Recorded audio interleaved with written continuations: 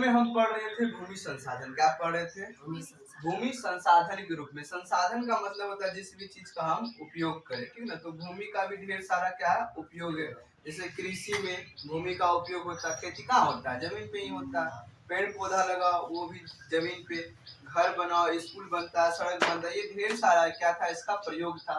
तो हम भूमि संसाधन पढ़ चुके थे, ठीक ना। उसमें दो टॉपिक छूट गया था, भू अपर्दन। भू मतलब भूमि, अपर्दन और भू संरक्षण। क्या ये बहुत ही इंपॉर्टेंट टॉपिक है इस चैप्टर का, ठीक ना। कई बार इससे क्वेश्चन आया है। तो हम समझते हैं एक एक करके। पहले ये समझते हैं भू अपर्दन क्या है, फिर समझेंगे भू संरक्षण क्या है, ठीक। तो भू अपर्दन का मतलब क्या हुआ? अपर्दन का मतलब होता है अपने स्थान से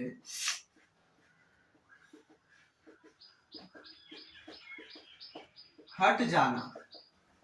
यानी भूमि का, मिट्टी का, ठीक ना, अपने स्थान से हट जाना ही क्या कहलाएगा? भू अपर्दन कहलाएगा, ठीक ना।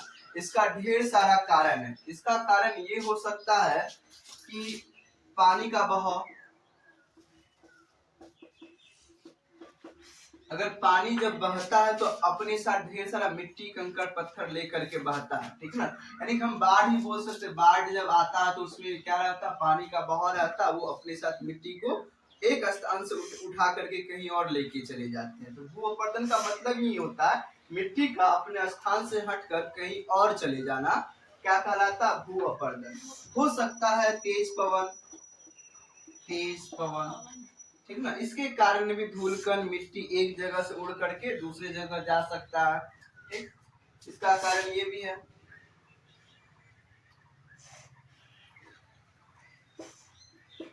चक्रवात, चक्रवात के भी कारण, ठीक ना।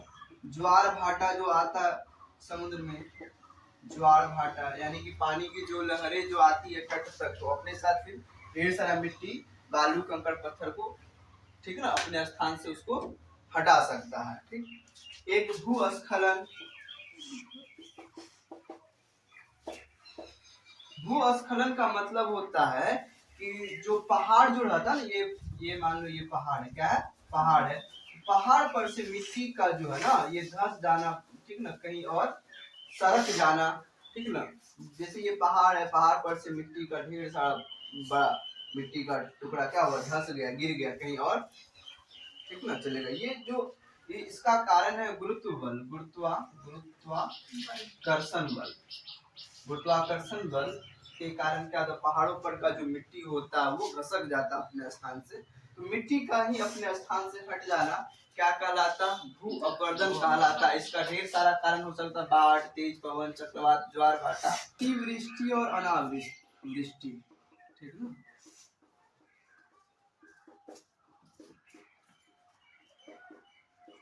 अतिवृष्टि का मतलब होता है जब खूब बारिश पड़े, ठीक है, खूब वर्षा हो, उसको कहते हैं अतिवृष्टि। अतिवृष्टि से क्या होगा? बाढ़ आ जाएगा और बाढ़ आने से फिर मिट्टी का कटाव हो जाएगा। तो भू अपर्दन अतिवृष्टि के कारण भी होता है।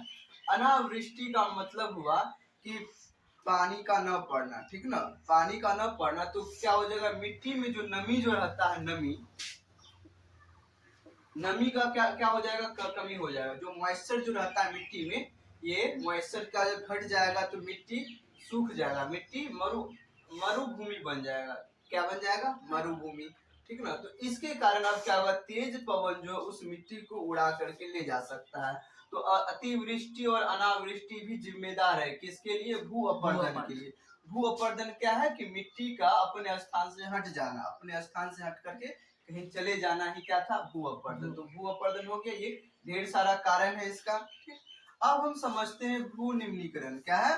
भू निम्नीकरण। निम्नीकरण का मतलब होता है कि मिट्टी का जो पोषक तत्व है, पोषक तत्व में क्या आ जाना? कमी आ जाना, यानी कि उपजाऊ शक्ति घट जाना। क्या घट जाना? उपजाऊ शक्ति। जब किसी जमीन का, किसी मिट्टी का उपजाऊ शक्ति घट जाता है उसी को क्या कहते हैं? भू निम्नीकरण। इसका ढेर सारा कारण है। पहला है वनों की कटाई, वनों की कटाई, इसका रीजन भी समझाएंगे। दूसरा है पशुचारण। क्या है? पशुचारण। फिर अगला है खनन, फिर है अत्यधिक सिंचाई, ये सब कारण है, ठीक ना।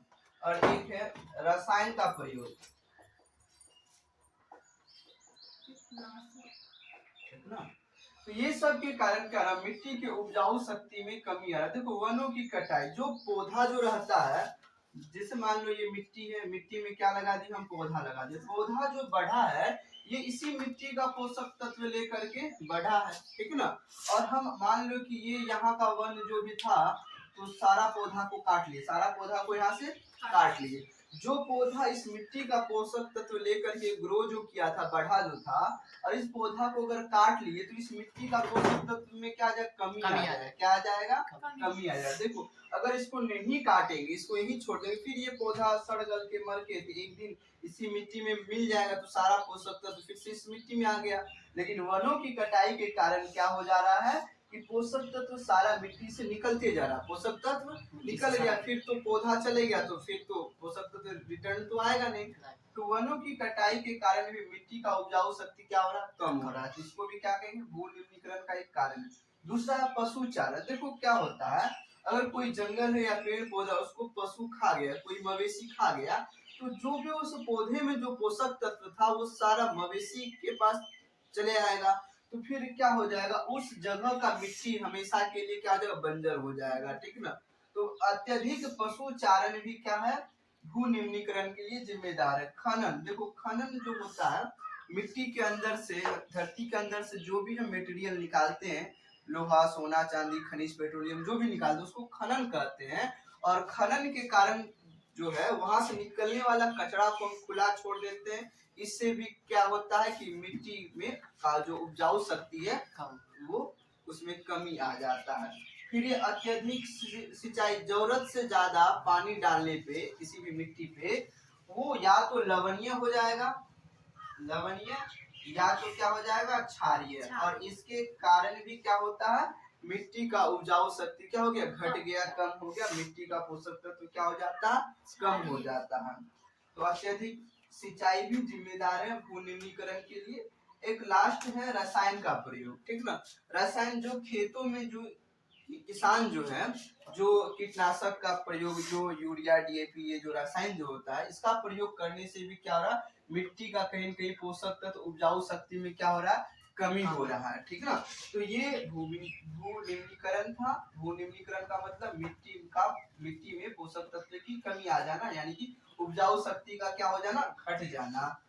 और ये पहला वाला क्या था, भू अपरदन, यानी कि मिट्टी का अपने स्थान से हट जाना, ठीक। अब हम भू संरक्षण यानी कि मिट्टी को यानी भूमि को हम कैसे बचाएं, ठीक ना। भूमि का तो ढेर सारा उपयोग है, और हमको मालूम भी है कि ये मिट्टी बनने में, भूमि बनने में लाखों करोड़ों वर्ष का समय लग जाता। अगर इसको हम नहीं से बचाए, इसका संरक्षण नहीं करें, इसका बचाव नहीं करें, तो आने वाले भविष्य में हम लोग को दिक्कत हो सकता। अतः हमें भू संरक्षण करना चाहिए। हम देखते हैं किस प्रकार हम भूमि का संरक्षण कर सकते हैं, बचाव कर सकते हैं, ठीक। संरक्षण, ठीक है। संरक्षण का मतलब क्या होता है, बचाना। क्या होता है, बचाना। अच्छा ये बताओ पहले, मिट्टी को क्यों बचाना, भूमि को हमें क्यों बचाना है। तो पहली बात सुन लो कि भूमि को बनने में लाखों वर्ष का समय हो जाता है। अगर एक बार खराब हो गया, एक बार बर्बाद हो गया, तो इसे बनने में लाखों करोड़ों वर्ष का समय लगता है, इसीलिए हमें बचाना चाहिए। अच्छा हम क्यों किसी चीज को ये करते हैं, संरक्षण करते हैं, क्योंकि हमें कहीं ना कहीं उससे क्या हो रहा है, लाभ हो रहा है। तो देखो मिट्टी जो है, इसका लगभग ढेर सारा, आवास के लिए, भोजन के लिए, मनुष्य, ठीक ना, इंसान, आवास यानी घर हो गया, भोजन हो गया, कपड़ा हो गया, जो भी चीज यानी कि जो भी काम होता है कहीं ना कहीं हम मिट्टी से यानी कि भूमि से ही प्राप्त करते हैं सब कुछ। जैसे मान लो कि घर भी बनेगा जमीन पे बनेगा, स्कूल भी बन रहा है जमीन पे, यानी ढेर सारा काम, यानी कि लगभग 90 से 95% जो है ना हमारे आवश्यकता का पूर्ति ये मिट्टी करता है, ठीक ना। इसीलिए हम धरती को धरती माँ भी बोलते हैं। सुना होगा ना कि धरती माँ है मेरी, ठीक ना, सबका है, मेरा ही नहीं है, ठीक।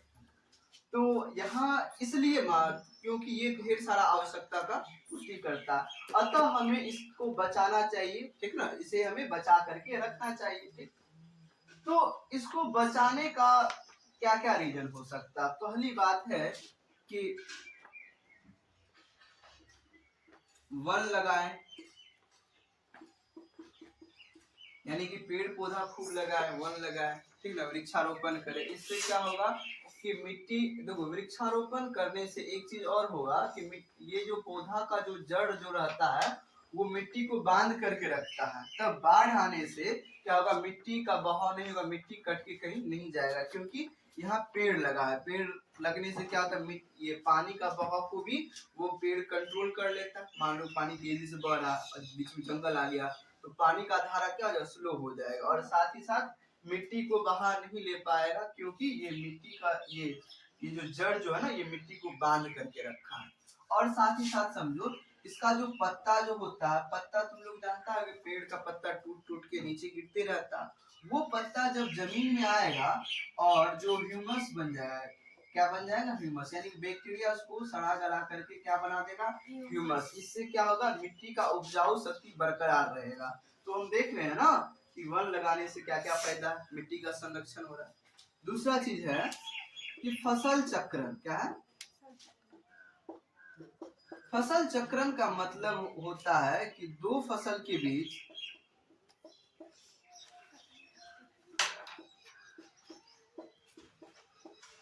दलहन या तिलहन का खेती, यानी कि दो फसल, मान लो कि हम लोग धान गेहूं मक्का ये सब का खेती करते हैं, तो इससे क्या होगा कि जो भी पोषक तत्व रहेगा धान गेहूं मक्का में आते जाएगा, मिट्टी का पोषक तत्व में कमी हो सकता है। अगर हम दो फसल के बीच दलहन यानी कि दाल का पौधा, तिलहन यानी तेल का पौधा अगर लगाए, जैसे तुम लोग देखता होगा ना कि गेहूं हो गया है तो लोग मूंग यानी दलहन के रूप में मूंग करता है, या गेहूं के साथ सरसों यानी तिलहन, सरसों से क्या बनता है, तेल बनता है। ये सब के पौधा में यानी दलहन और तिलहन के पौधा में, ठीक ना, उसका जो जड़ जो होता है, जड़ में एक बैक्टीरिया पाया जाता है, उसका नाम है राइजोबियम। क्या है, राइजोबियम नाम का एक बैक्टीरिया पाया जाता है इस दलहन के पौधे में। यह करता क्या है, नाइट्रोजन को, ठीक ना, नाइट्रोजन को मिट्टी में स्टोर करता है, मिट्टी में स्टोर करता है, और ये पोषक तत्व के रूप में फिर पौधा क्या कर लेगा, अगला जो फसल होगा वो प्राप्त कर लेगा। तो हम क्या करेंगे, दो फसल अगर लगातार फसल ही करते रहे तो क्या हो जाएगा कि सारा पोषक तत्व ले लेगा वो पौधा फसल, तो क्या होगा, मिट्टी में पोषक तत्व की कमी आ जाएगा। अगर हम दो फसल के बीच एक दलहन का पौधा लगा दे, तो दलहन का जड़ में एक बैक्टीरिया रहता है राइजोबियम, वो क्या करेगा कि वायुमंडल से जो भी नाइट्रोजन होता है उसको पकड़ करके मिट्टी में स्टोर करेगा। इससे क्या होगा, मिट्टी का उपजाऊ शक्ति बरकरार रहेगा, आने वाला पौधा फिर से वो अच्छे से ग्रो करेगा। तुम लोग देखना मूंग का जो खेत रहता है उसमें धान अच्छा होता है, ठीक ना, क्योंकि मूंग का जो खेत होता है वो राइजोबियम यहाँ पे नाइट्रोजन स्टोर करके रख देता है, ताकि धान आने वाला जो फसल है वो इसका अच्छे से इस्तेमाल कर सके। तो फसल चक्रण द्वारा भी हम भू संरक्षण यानी कि मिट्टी की क्वालिटी को बरकरार रख सकते हैं। ठीक, अगला हो जाएगा तुमको पहाड़ी क्षेत्रों पे, ठीक ना, थोड़ा मिटा रहे हैं।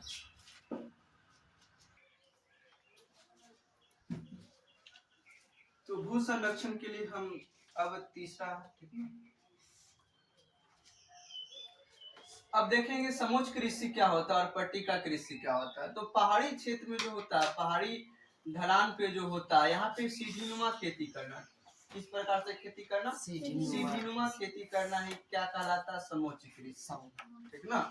और पट्टिका कृषि क्या है कि जहाँ वायु वाले क्षेत्र है, वायु वाला क्षेत्र जहाँ हवा बहता है, तेज पवन बहता है, वहां पे दो फसल के बीच घास का पट्टी लगाना। क्या, घास का पट्टी लगाना। मान लो ये फसल का लाइन है, ये भी फसल का लाइन है, और यहाँ पे इसके बीच क्या लगा देना, घास का पट्टी लगा देना। इससे क्या होगा, जो हवा जो रहेगा मिट्टी को बहा करके यानी उड़ा करके नहीं ले जा पाएगा, ठीक ना। इससे भी कहीं न कहीं क्या हो रहा है, मृदा संरक्षण हो रहा है। तो समोच्च कृषि क्या है, समझ में आएगा, पहाड़ी ढलान पे सीढ़ीनुमा खेती करना, सीढ़ी नुमा खेती करना ही क्या कहलाता है, समोच्च कृषि। और पट्टिका कृषि क्या होता है कि वायु वाले क्षेत्र में दो फसलों के बीच घास का पट्टी लगाना। इससे क्या होगा, हवा जब भी बहेगा और घास रहने के कारण मिट्टी को नहीं उड़ा करके ले जा पाएगा। तो पट्टिका कृषि, समोच्च कृषि समझ में आ गया। अब है एक रासायनिक खाद की जगह किसका उपयोग करना, जैविक। अच्छा, रासायनिक खाद का हानि क्या है, तो हानि क्या है कि सूक्ष्म जीव जो रहता है उसको मार देता है। मिट्टी में जो सूक्ष्म जीव रहता है, देखो सूक्ष्म जीव करता क्या है, कुछ भी चीज जो मिट्टी में है उसको सड़ा गला करके ह्यूमस में यानी कि उसको पोषक तत्व में बदलने का काम करता है। अगर सूक्ष्म जीव ही नहीं रहेगा तो ह्यूमस नहीं बनेगा, ह्यूमस नहीं बनेगा तो मिट्टी का उपजाऊ शक्ति कम हो जाएगा, ठीक है ना। एक चीज है केचुआ। केचुआ को किसान का मित्र कहा जाता है, केचुआ को किसान का मित्र कहा जाता है। और रसायन का प्रयोग करने से कहीं न कहीं केचुआ क्या हो जा रहा है, खत्म हो जा रहा है। तो केचुआ करता है मिट्टी को खा करके फिर उसको डाइजेस्ट करके पोषक तत्व के रूप में बदल देता है। फिर अगर केचुआ ही नहीं रहेगा तो फिर मिट्टी में पोषक तत्व का कमी हो जाएगा। एक रसायन है उसका नाम है एंडीन, एंड्रीन या एंडीन है, एंड्रीन नाम का रसायन है। यह मेढक का जो प्रजनन है, प्रजनन इसको रोक देता। प्रजनन का मतलब होता है बच्चे को जन्म देना, ठीक है। तो मेढक का जो प्रजनन क्षमता है इसमें कमी आ जाता है, किस केमिकल के कारण, किस रासायनिक, एंड्रीन। देखो मेढक करता क्या, छोटा मोटा जो कीट पतंग होता है, जो कीड़ा मकोड़ा होता है उसको खाने का काम करता है। अगर मेढक ही नहीं रहेगा तो छोटा मोटा कीड़ा उड़ा बढ़ जाएगा तो फसल को बर्बाद कर सकता है, ठीक ना।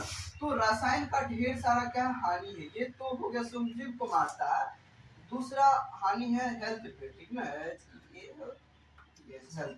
मनुष्य के हेल्थ पे भी असर डालता है, क्योंकि हम जो भी रसायन का प्रयोग करते हैं वो पौधा में चले जाता है। पौधा जैसे धान में लगाए तो धान में आ गया, धान से चावल जो हम खाएंगे तो कहीं न कहीं रसायन से ही बना हुआ पौधा से धान आया है।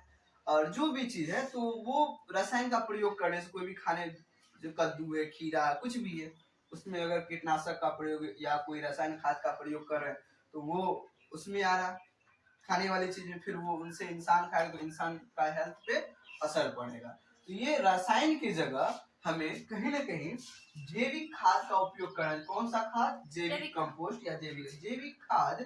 जो भी सड़ने गलने वाला जो भी वस्तु है, सब्जी का छिलका, फल का छिलका या घर से निकलने वाला कूड़ा करकट, जो भी सड़ गल सकता है, सड़ने गलने वाले चीज जो है यह सड़ गल के जैविक खाद बन जाता है। क्या बन जाता है, जैविक खाद। और जैविक खाद में रहता है पोषक तत्व, क्या रहता है, पोषक तत्व रहता है। और ये पोषक तत्व जो मिट्टी को भुरभुरा बनाते हैं, यानी मिट्टी के लिए बहुत ज्यादा फायदेमंद है जैविक खाद। और ये हेल्थ पे भी असर नहीं डालता है, यानी कि हेल्थ के लिए उपयोगी। अतः हमें रासायनिक खाद की जगह किसका उपयोग करना चाहिए, जैविक खाद का उपयोग करना चाहिए। जैविक खाद कैसे बनता है, जो भी सड़ने गलने वाला चीज है वो सड़ गल के कुछ दिन के बाद क्या बन जाता है, जैविक खाद बन जाता है, ठीक ना। जैविक खाद में क्या रहता है, पोषक तत्व, इनसे पौधा अच्छे से ग्रो करता है। तो हमें रासायन की जगह किसका उपयोग करना चाहिए, जैविक खाद का। तो मृदा संरक्षण के लिए हम बहुत सारा चीज कर सकते हैं, पेड़ पौधा को लगा सकते हैं, फसल चक्रण कर सकते हैं, समोच्च कृषि या पट्टिका कृषि कर सकते हैं, और क्या है, रसायन खाद की जगह